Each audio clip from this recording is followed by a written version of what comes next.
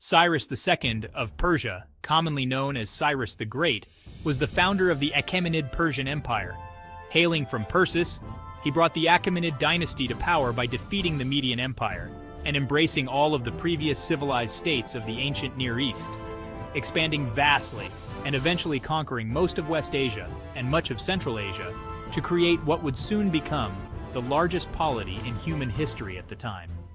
The Achaemenid Empire's largest territorial extent was achieved under Darius the Great, whose rule stretched from the Balkans and the rest of Southeast Europe in the west to the Indus Valley in the east.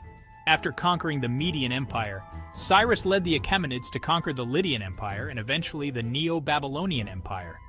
He also led an expedition into Central Asia, which resulted in major military campaigns that were described as having brought into subjection every nation without exception. Cyrus allegedly died in battle with the Massagetæ, a nomadic Eastern Iranian tribal confederation, along the Sirdaria. However, Xenophon of Athens claimed that Cyrus did not die fighting, and had instead returned to the city of Pasargadae, which served as the Achaemenid ceremonial capital.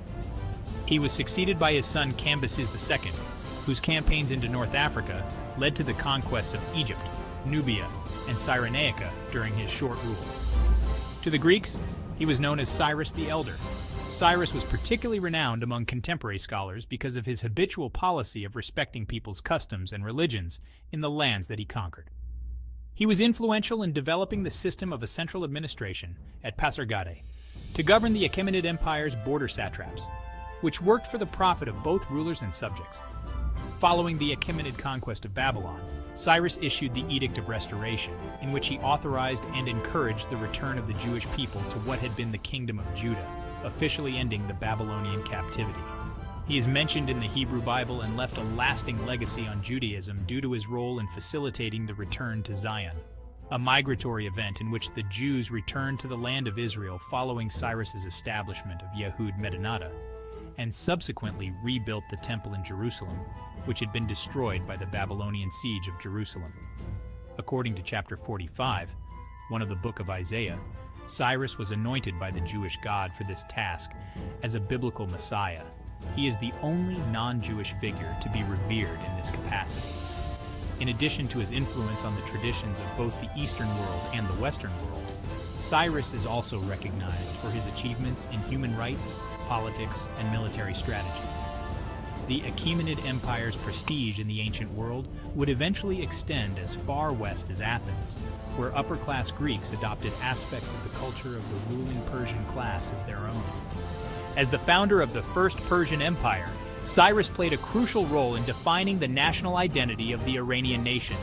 The Achaemenid Empire was instrumental in spreading the ideals of Zoroastrianism as far east as China. He remains a cult figure in Iran, with the tomb of Cyrus at Pasargadae serving as a spot of reverence for millions of the country's citizens. Cyrus the Great is unconditionally praised in the Jewish sources. It is likely that, after the Persian conquest of Babylon, Cyrus had commenced his relationship with the Jewish leaders in exile, and the book of Isaiah says that he was anointed by God. The Hebrew Bible states that Cyrus issued the decree of liberation to the Jews. Cyrus's edict for the rebuilding of the temple in Jerusalem marked a great epoch in the history of the Jewish people. According to Ezra, the enemies of Judah and Benjamin asked to help build the temple, and when this was denied, hired counselors to frustrate the people of Judah from completing the rebuilding throughout the reign of Cyrus, Xerxes, Ahasuerus, and Artaxerxes, until the reign of Darius II. The work recommenced under the exhortations of the prophets, and when the authorities asked the Jews what right they had to build a temple, they referred to the decree of Cyrus. Darius I, who was then reigning, caused a search for this alleged decree to be made, and it was found in the archives at Ecbatana, whereupon Darius reaffirmed the decree, and the work proceeded to its triumphant close. A chronicle drawn up just after the conquest of Babylonia by Cyrus gives the history of the reign of Nabonidus, Nabu-Na'id, the last king of Babylon, and of the fall of the Babylonian Empire. There was a revolt in southern Babylonia, while the army of Cyrus entered the country from the north. The Babylonian army was completely defeated at Opis, and immediately afterwards, Sippara opened its gates to the conqueror. Gobrias, Ugbaru, The governor of Media was then sent to Babylon, which surrendered without fighting, and the daily services in the temples continued without a break. Cyrus himself arrived and proclaimed a general amnesty, which was communicated by Gobryas to all the province of Babylon, of which he had been made governor. Meanwhile, Nabonidus, who had concealed himself, was captured, but treated honorably, and when his wife died, Cambyses II, the son of Cyrus, conducted the funeral.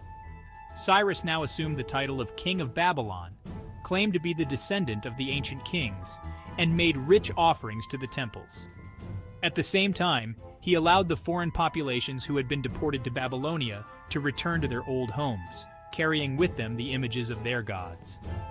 Among these populations were the Jews, who, as they had no images, took with them the sacred vessels of the temple. Speculation abounds as to the reasoning for Cyrus's release of the Jews from Babylon. One argument is that Cyrus was a follower of Zoroaster, the monotheistic prophet. Zoroastrianism played a dominant religious role in Persia throughout its history until the Islamic conquest. As such, he would have felt a kindred spirit with the monotheistic Jews. Another possibility is the magnanimous respect he is ascribed to have evinced for the diverse beliefs and customs of the peoples within his extended kingdom.